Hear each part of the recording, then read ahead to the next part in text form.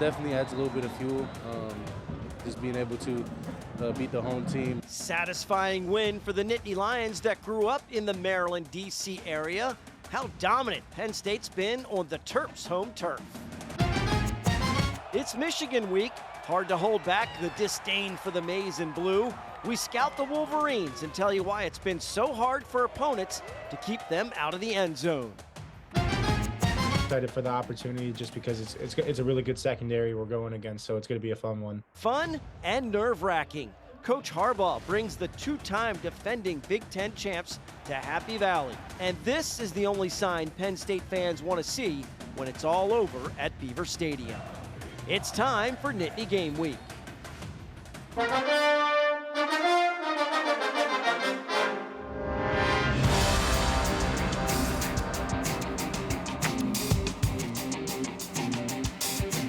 Hello, everyone, and welcome to Nittany Game Week. I'm Todd Sadowski alongside former Nittany Lions coaches Jake Paterno and Tom Bradley. When you hear it is Michigan week, what does that mean to the Penn State football program and to Nittany Lions fans? Everybody gets a little more juiced up. It's a big game. The winged helmets come in, and, you know, it's time to attack the arrogance of the Midwest. That's why you came to Penn State, to play in big games. It should be fun. That's what it's all about. We set up the show format to simulate a coach's game week, which starts with a review of their last performance. In this case, another destruction of Maryland in College Park. Given the Wolverines are up next, though, we're going to start with a quick recap of the Terps' victory and then transition to the blue and maize in our opening drive.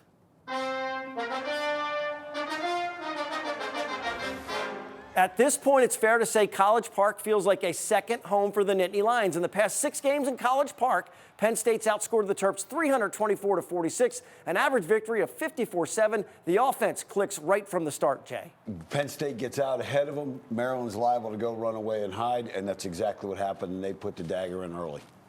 They weren't just one-dimensional, they were no-dimensional after that early start. And offensively, Tom, for Drew Aller, 4 more touchdowns, 0 interceptions. You saw the running game. Katron Allen had a good game. These are nightmares for defensive coordinators to see such a balanced offense, is it not? Bringing it up, Todd. Yeah, it is a nightmare for a defensive coordinator. But at that point, then Penn State controls all the chips. Sure was nice to see another wide receiver step to the forefront. Breakthrough game for Dante Cephas. I feel I'm the most confident, comfortable I've ever been. I mean, I'm doing what I need to do, helping the team win, so I'm here for it, anything, blocking, catching, anything. It was only a matter of time, you know, once a person, you know, comes from another school, you know, they got to get comfortable, learn the playbook, and just get comfortable playing fast and get that confidence back. And I feel like he's been getting that throughout the season, you know, more reps in practice, building more chemistry with Drew, and it showed today. Lions fans take over on the road. No turnovers again, and I really like this stat. 9 chances in the red zone. They make sure to get points on the board all 9 times. Well, I'm sure, Tom, your favorite part of is that the defense completely took away everything that Maryland was doing. The running attack made them one-dimensional. What did make them one-dimensional? Then also, you know, as you go, you're calling signals. You're the defensive play caller. It makes life easy because you got the big lead. You know what they have to do, and you can just lay a lot of different things on them. Talia Tungavailoa being brought down. Protection not there at all for the Terps. Schematically, it looks like they drew up a lot of really cool routes, but they forgot to realize you can't throw it unless you can get the ball out. And they were outnumbered. Just in terms of scheme, they're going to have to go back to the drawing board. A lot of guys on the roster from the Maryland, D.C. area. It's a fun homecoming for them. Try not to get up for specific games. We just do what we have to do to win every game, but just this definitely adds a little bit of fuel. Just being able to beat the home team, so it's a good thing.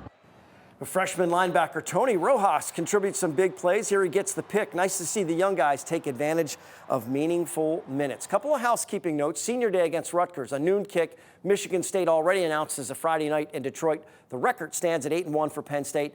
The path is set. All focus shifts to Michigan for what is now the regular season game of the year. No question. A lot of good things can happen for Penn State after this one if they get the win. For sure. It is at home. It's at noon. It's going to be a juiced-up stadium, don't you think? Some information we wanted to give you. Jay, you put these together. You're still here. These guys are experienced. Yeah. And an offensive line with 158 combined starts as well. A lot of these guys played against Penn State and really did well against Penn State last year, so that'll give them some confidence. So then you look at how they measure up, right? They're wearing you down. Some big guys up front. 21 and 22. You can see they really have taken over in the third and fourth quarter against opponents, and it looks like that same pattern again. That's exactly what happened last year. That game was close at halftime. Michigan came out. They're patient. They run the ball. One of the things James talked about, Franklin talked about last year was getting bigger. If you look a year later, Penn State's defensive line's actually a little smaller. Linebackers are slightly bigger, so we'll have to see how that matchup goes. Yeah, but here's the thing that I like about I don't think Michigan has really played anybody yet. And I want to see what they do when they come into Happy Valley against what I think is a pretty good defense. There's no sense holding anything back from the playbook as you face the Wolverines. He said it 3 weeks ago. Forget about Indiana and Maryland. For Nittany Lions fans, it's all about Michigan. Let's send it to Andrew Callista, who says he sees the signs. Penn State versus Michigan. The Wolverines #2 in the AP poll, and everyone is talking about them. Not for the right reasons. You see, in college football, it is about being able to read the signs. Coach, this is a run play, and knowing when you got to go big. They're going to chuck it deep. For Penn State, this is another big game, a chance for the program to take a step. I guess if you play it up that way, just don't ask Coach Franklin about the type of wins. And we don't, because like we have said, these games come down to grasping the moment. We got to be patient, and we got to capitalize when those moments come, because there's about 4 to 6 moments or plays a game in these types of games that you got to capitalize on them, and we need to capitalize. Penn State has won a lot, just not in legacy-defining games. And speaking of legacy, let's just chew on this hamburger. I spy that Penn State will come out with something to prove. I don't need to watch any film of last year to know that. We know what Michigan is watching. Coach Franklin, what about you? All the stuff that we see on film, their players, their scheme, all the stuff, when I say see on film, what we see on the coach's copy of the film, the stuff that's going on between the sidelines, the 53 and a third, that's what we're focused on.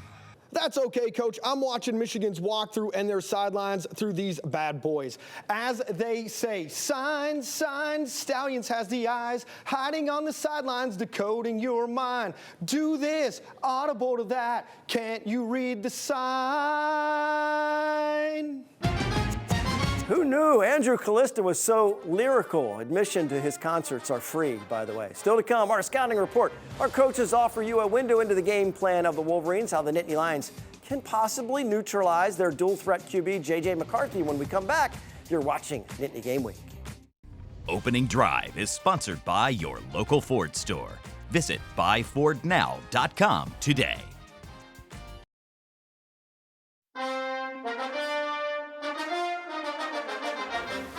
Welcome back to Nittany Game Week. They made the national semifinals in 2022 and are currently ranked 3rd in the country. It's a formidable task, even at home.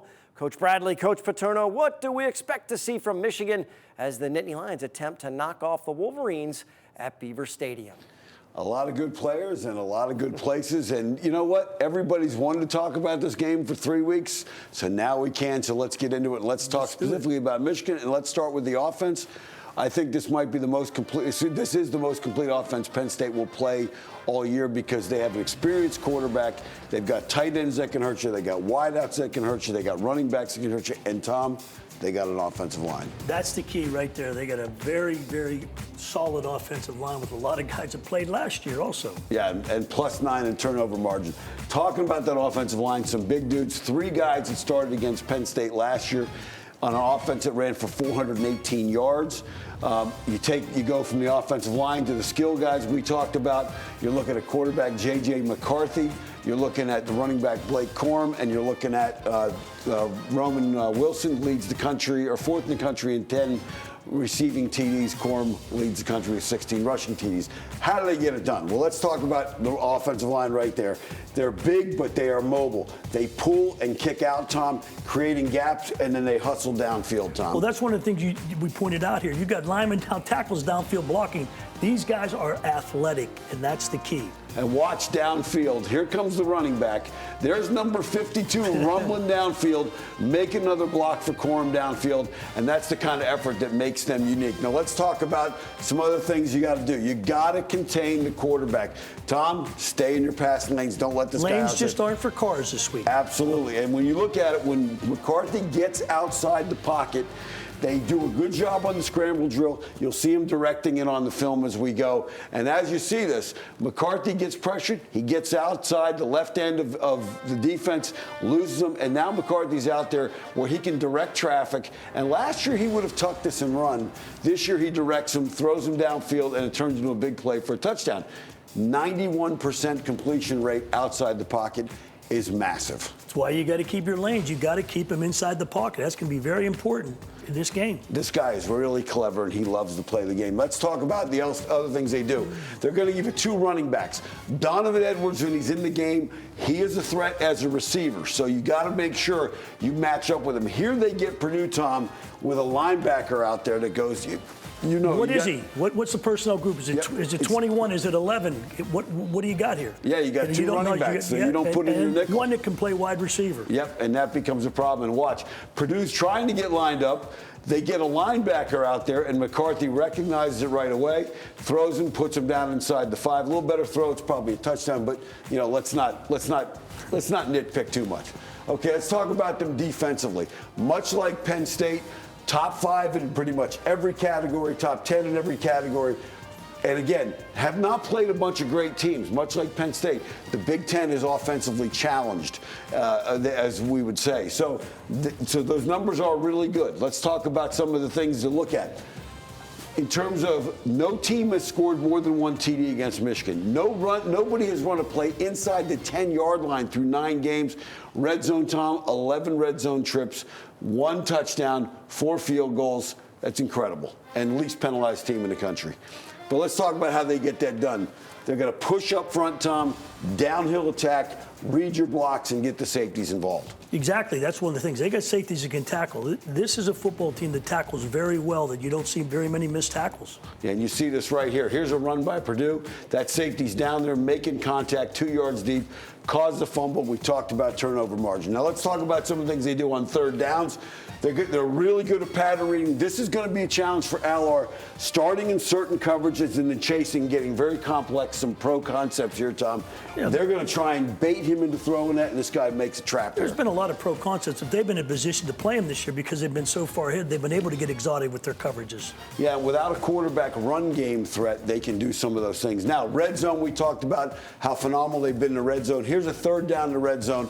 They're going to show you a blitz, change the coverage up on the quarterback. And again, Penn State's had success throwing the ball in the red zone, but this is a different animal in terms of Well, they do a really X's. good job, as we talked about. They're showing one thing, doing another thing. They're very comfortable doing that. Yeah, and that's going to be the challenge Saturday afternoon is when you go from one coverage to another, do you, A, have time to see it, and B, know where to go with the ball? But one guy who always knows where to go is Todd Sadowski. Did you say 9 games and no one's run a play inside the Michigan 10? That is unbelievable. All right, thanks, guys. Don't be distracted by the distractions off the field. The real story is what happens on the field in Happy Valley. Nittany Lions can make a huge jump into the national spotlight with a victory.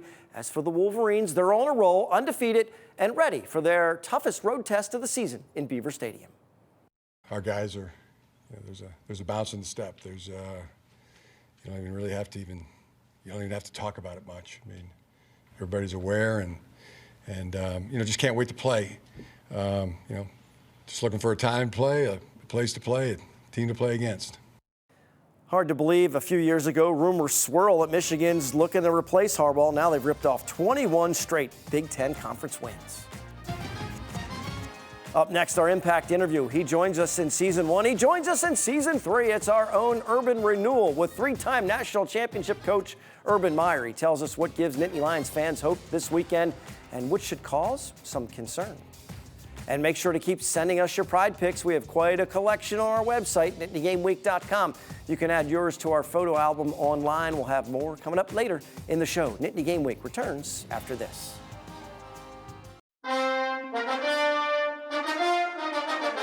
This week's Impact interview, we have 3-time national champion head coach Urban Meyer with us. And, the resume speaks for itself, all those different stops. And this is a Penn State football show, Coach, so we're not going to get into all the superlatives about your time in Columbus. But thank you so much for joining us. We really appreciate it. Great to be with Coach Bradley and Jay. Great to be with you guys. So, look, we're talking Michigan week. And for Penn State fans, you know, what causes hope and what causes concern? Because you've seen both of these teams, Coach.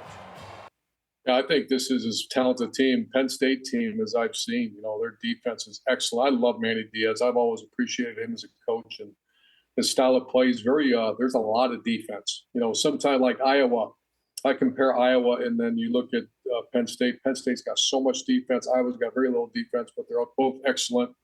I did a story on Big Noon Kickoff about.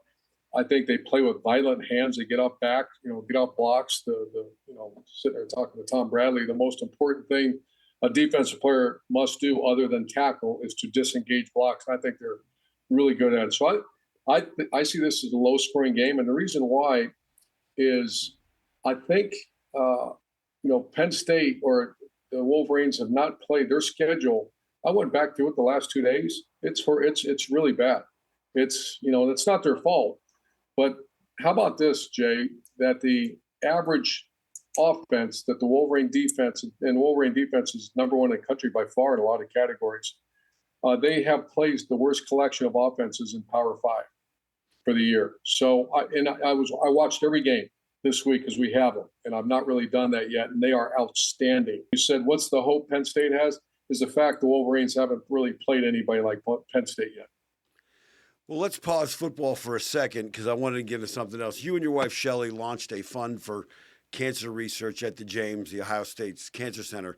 The fund includes 7-figure endowments supporting researchers. How important is for you and Shelley to live a life that's beyond football and have an impact beyond the field? I'm glad you asked. So, my mom got diagnosed in 1986. I was a graduate assistant at Ohio State, and it was not the James. It was Ohio State Medical Center, and they treated my mom like she was Woody Hayes' mom. And I mean, put her in a room overlooking the stadium. They treated her so good. She lived quite a few years after that. I said, someday if I can ever say thank you, I'm going to say thank you in a big way. And we did. We built her a room on the 20th floor of the James, the Urban and Giselle, Bud and Giselle. That's my father. He passed away from cancer too. So that's been a big part of her life. And the new thing that Shelley is really involved in, and so am I, because I'm on the Tebow Foundation board, is this anti-human trafficking. It's horrific. I had no idea that this even existed. And, when you start hearing the stories and actually working with the people, and we built a home in Columbus for these gals. So that's a huge part of our life, especially now that we have a little more time. And so we're we're thankful we're able to help in that way. Hey, Coach, since a losing season in 2020 during COVID, Jim Harbaugh seemed to retool the program to the old school maize and blue approach. Have you noticed a difference, and why is it working so well? Oh, completely different. Yeah. He, people forget, though, that, we coached against Coach Harbaugh 4 times, and twice they were in the top 5. And they were really, really good. As good a defense. In 2016, that was the best defense I've ever faced as a coach. So they've been, the minute someone says the Wolverines are down, they don't have good players, they're wrong. Jay knows this. That's like saying Penn State. No, there's always going to be good players there. Now, there might be something going on. The thing I see differently is this quarterback, I think, is legit. He's a first-round draft pick. I have a lot of admiration for the way he plays the game. He can run. He can hurt you with his legs. Last year, he's not accurate with the ball downfield. He's very accurate this year. So it's just, I say it's different. I think it's different than that, that team they had in the COVID year. The shortened year was not good.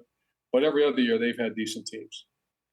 This game is at Beaver Stadium, and you've always been impressed with the amount of noise the student section and the crowd in general generates in State College. It's at noon compared to a whiteout or a night game. So how big a difference can the crowd make for this particular game, and will be the changes that a team needs to make an opponent with the communication on game day? Oh, those nut jobs at State College, man. They're, the student body is incredible. And I say that they know I ranked them as the most difficult stadium in the country to play at. And I think the night game is, we would all agree that's the whiteout at State College when a school like Ohio State or the Wolverines are, that's the most difficult environment in college football. I think there'll be, I think the Big Ten is used to day games. I'm biased because Fox, we have it, so we'll be there. But I think the students will be out of their damn minds like they always are. We always appreciate the time and insight from Urban Meyer. We're going to step aside for the TV show to take a break. We have much more with the three-time national championship coach. So make sure you go to NittanyGameWeek.com for the entire interview along with other web-exclusive content. Still to come, our scrap metal winner. So many choices when you throttle a conference opponent 51-15. Glad it's not my job to pick. We lean on Scrap to identify weekly excellence. He delivers the goods after the break. We're heading into the final minutes of Nittany Game Week. Scrap Metal is sponsored by the We Are In, voted #1 game day restaurant in Center County. Follow us on Facebook and visit thewearein.com or call for dinner or room reservations. Time to hand out the scrap metal. So many choices on the defensive side of the ball, Tom. We're just going to give it to the whole defense. Minus 49-yard rushing, which is the lowest since 1947. 6 sacks, 12 tackles for loss, 4 turnovers, and 22 different guys got a tackle in the game. All good reasons to recognize that defense. Impressive effort against the Terps. Well, we enjoy bringing Nittany Lions fans together. One way to do that is with our depth chart. At NittanyGameWeek.com, we're connecting businesses that support the show with our viewers. Make sure you check out the depth chart for ideas on where to eat, travel, and shop. If you haven't noticed yet, a lot to share with you when it comes to college football. It doesn't all fit into this neat, tidy little 30-minute window. Make sure to check out NittanyGameWeek.com for web-exclusive content. The #1 thing they have to do to beat the Wolverines. Got to get some turnovers and get some short fields because this defense is too good to go all the way down the field all day. Same thing, no turnovers, special teams. There's going to be a big play in the special teams. We haven't talked about it, but usually in big games, there's going to be a big play in the special teams. Red zone defense for Penn State. Keep them out of the end zone. Make sure they kick those field goals. All right, as we mentioned, we finished with the Pride Picks. Continue to send them in and show us your spirit. For Jay and Tom, I'm Todd. Thanks so much for watching Nittany Game Week. We'll see you next time.